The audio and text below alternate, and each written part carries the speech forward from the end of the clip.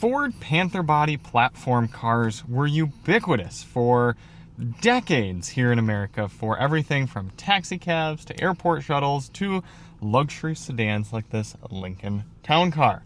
So this 4.6 liter modular V8 got put in probably millions of vehicles, honestly, between all of these cars and all of the trucks and the vans and all the other applications. But what sort of fuel economy did you get with the 4-speed transmission and the 4.6 liter V8 and a Lincoln Town Car from 2000? Tonight we find out.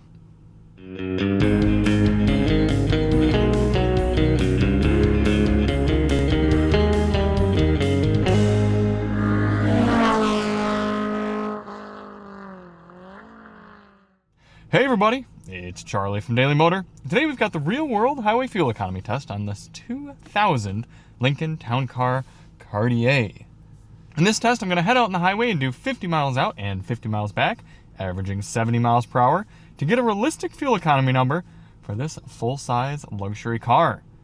But before we get started, let's hop out and take a look at it. This is in fact my 2000 Lincoln Town Car Cartier. It is the top-level trim for the top-level Lincoln from the new millennium, and I've been pretty happy with it. I've owned it for about a month now, and looks like a bird was pretty happy with it earlier today too, because that was not there earlier. But this only has 78,000 miles. I picked it up for an absolute steal. I've enjoyed driving it around. In fact, it's been my baby mobile, my dad mobile, with Eve in the back here lately, taking her to daycare while we have things like the Aston Martin Vanquish and the LC500. I've used this for transporting baby around. It's a good car. I can't say that she's not a little bit spoiled. But if you do want to see more on the Town Car, check the link below. I plan on doing an ownership intro and some other videos, so those will all be linked down in the description. So why do we do this test? Well, with the new vehicles, it's a little bit more to hold the EPA accountable and see if those numbers in the EPA's artificial testing and lab environments actually pan out to show here in the real world. But for this car, it's a little bit more just curiosity's sake. How bad was it really to drive one of these things around on the highway? Does the weight and the 4 gears and the big V8 and everything really hurt you that much? I mean, what sort of fuel economy should we be getting for something like this here in 2025 compared to what you got way back in 2000. So in order to test that out, I'm going to pull up to the pump here, fill it all the way up. I'm nearly empty right now. We're going to head out on the highway and do those 100 miles. I'm going to come back and fill up at the same pump using the same 3-click fueling method to get a result. Now, a few things to note for the test. Outside temperature is currently 76 degrees Fahrenheit, but that should fall down to about mid to high 60s by the time we're done. Our tire pressures are set at their door placard 32 PSI cold. I just recently changed the oil in the engine, so we've got some fresh oil in there, factory recommended weight, and we've got the 78, almost 79,000 miles on here.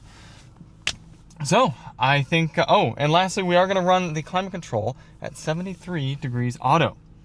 So let me get this big tank filled up and let's head out on the road.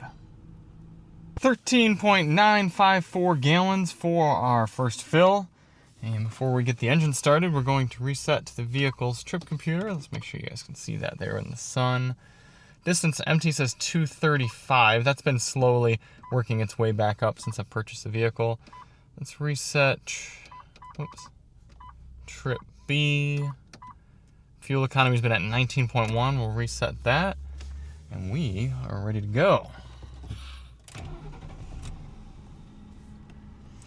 No such thing as drive modes back in the day. However, we do have an overdrive off. That's, in case you were gonna do some towing or driving in the mountains or something like that. But no, you simply put the column shifter in D and drive away. We do need to get our climate control going though. Auto at 73. Air suspension going to work over these speed bumps. Now the goal of this test isn't to hypermile. We're not trying to get the best possible fuel economy for this car, but rather a realistic figure. So in order to do that, I'm getting up to highway speed here at a reasonable pace, and I'm going to set the cruise control to a GPS indicated 71 miles per hour. That should allow us to average 70 over the whole test.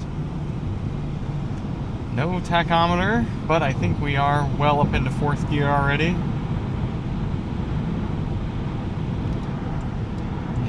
just like that, we have wafted up to highway speed.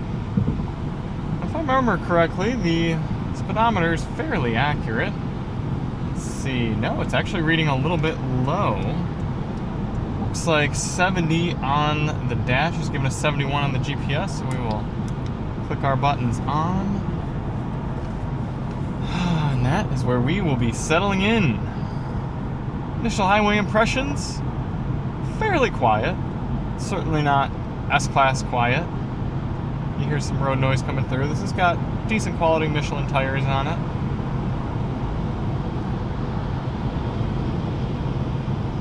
But the track's nice and straight, not a whole ton of play in the steering. And of course that big, comfortable couch-like seat we've got should be comfortable for the entire ride. So I'm going to continue on with the test and catch up with you at the end. In the meantime, enjoy this time lapse of the entire trip. Rolling down the road in my town car, cruising every mile, feeling like a star. Got the 468 running so smooth, testing out the miles like I've got nothing to lose. Taking it slow.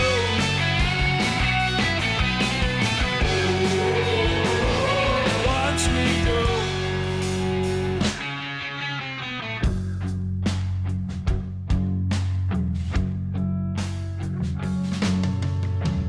Leather seats so soft I could fall asleep. Radio on low, secrets we can't keep. Old down the ticket, counting every turn.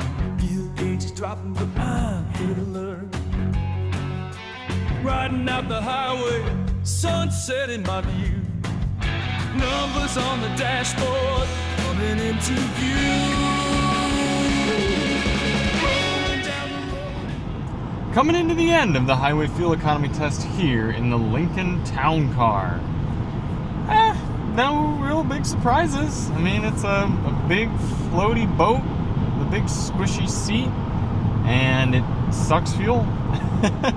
To be honest, I did expect to get a little bit better than this. I was thinking, okay, steady state cruising, minimal traffic, higher, kind of mid to high speeds. I just thought we'd do a little better. But 24.3 according to the vehicle's readout. Now, that's 25-year-old computer at this point. Who knows? Maybe the injectors aren't very accurate, and maybe we'll see something a little bit better once we get to the pump and do our final calculations. But it is still 1 mile per gallon better than the EPA, so that's something. But gosh, I just tested that Toyota Tundra TRD Rally. Just edited that video earlier today, and that got 22 miles per gallon. So you can get a whole four-wheel drive, full-size truck these days that makes probably twice as much horsepower than this and get nearly the same fuel economy. Pretty crazy. As I said earlier, no tack shot. I suppose I should have plugged in my OBD2 scanner and tried to bring up some sort of tachometer or something, but because I would be curious what we're doing. We're probably doing about 2,200 RPM or so. What is our distance to empty down to? All right, 184 now, so it's still kind of trending itself up, but it's gonna need a little ways longer for kind of a long-term memory there. But yeah, overall, pretty comfortable place to be. Now, unfortunately, this one doesn't have adjustable pedals, so I don't find the actual driver's ergonomics to be that comfortable. But the seat itself, nice and squishy. So we're gonna get back to the pump here and fill it up, and then I'm gonna catch up with you in the daylight. We'll crunch our final numbers. Actually, we are just gonna get these numbers crunched right now. We are looking at a grand total of 4.164 gallons of regular unleaded going back in here. So after traveling 100.3 miles divided by 4.164, wow, okay, our vehicle's trip rate out pretty darn accurate, 24.1 miles per gallon, giving us that round down to 24.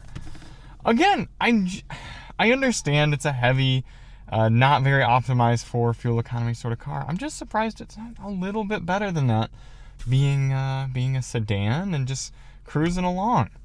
But hey, that was the price to pay back in the year 2000 for this sort of luxury. At least you don't have to put premium fuel in it, so that's good. Let's take that 24 miles per gallon times the 19-gallon fuel tank, gives you an effective highway cruising range of a respectable 450 miles here in the 2000 Lincoln Town Car. Now, hey, I mean, the car's got 79,000 miles on it, so maybe it would have done slightly better when new, but yeah, that's whether it's probably a Crown Victoria or a Grand Marquis or a town car. If you got a V8 in there and only 4 speeds, it's going to be thirsty. So thank you all so much for watching. If you do want to see more on the town car, check the link below. It's going to be fun shooting some videos on this thing. And we'll see you on the next one. I'm Charlie from Daily Motor, and as always, drive on.